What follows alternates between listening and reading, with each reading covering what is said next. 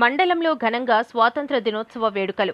మండలంలోని వివిధ పంచాయతీలు, సచివాలయాలు, పాఠశాలల్లో శనివారం 80వ భారత స్వాతంత్ర దినోత్సవ వేడుకలను ఘనంగా నిర్వహించారు.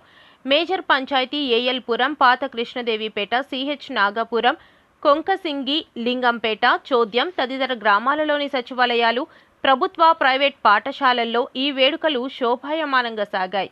ఏఎల్పురం గ్రామ సచివాలయం, జెడ్పీ ఉన్నత పాఠశాల, కృష్ణదేవిపేట రేంజ్ అటవీ కార్యాలయం, పోలీస్ స్టేషన్తో పాటు పలు ప్రైవేట్ విద్యాసంస్థల ప్రాంగణాల్లో సంబంధిత ప్రభుత్వ అధికారులు, ప్రజాప్రతినిధులు జాతీయ జెండాను ఆవిష్కరించి గౌరవ వందనం చేశారు.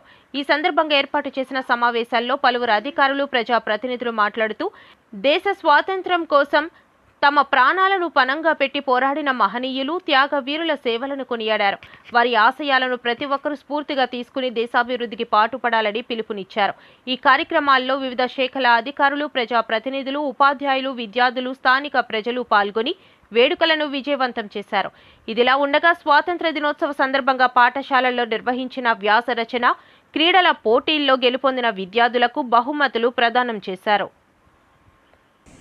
అలా మీరు తీసుకోవడం తప్పు. మీరు వారు తీసుకున్నా మీరు ఇవ్వకూడదు. వారితో తిరుగుబాటు చేయాలి అని చెప్పి మన నాయకులందరూ వారిని హెచ్చరించారు. ఇందులో ఎంతోమంది మహనీయులు కూడా ఉన్నారు. అందులో ముఖ్యమైన కొందరి గురించి మనం తెలుసుకోవచ్చు. ముందుగా మహాత్మా గాంధీ గారు.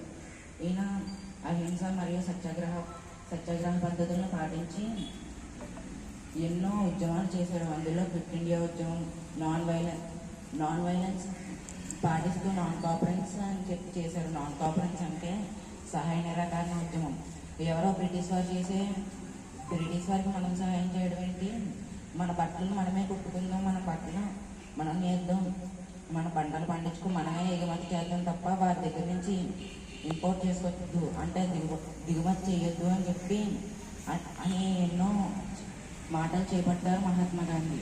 తర్వాత సుభాష్ చంద్రబోస్ గారు. ఆయన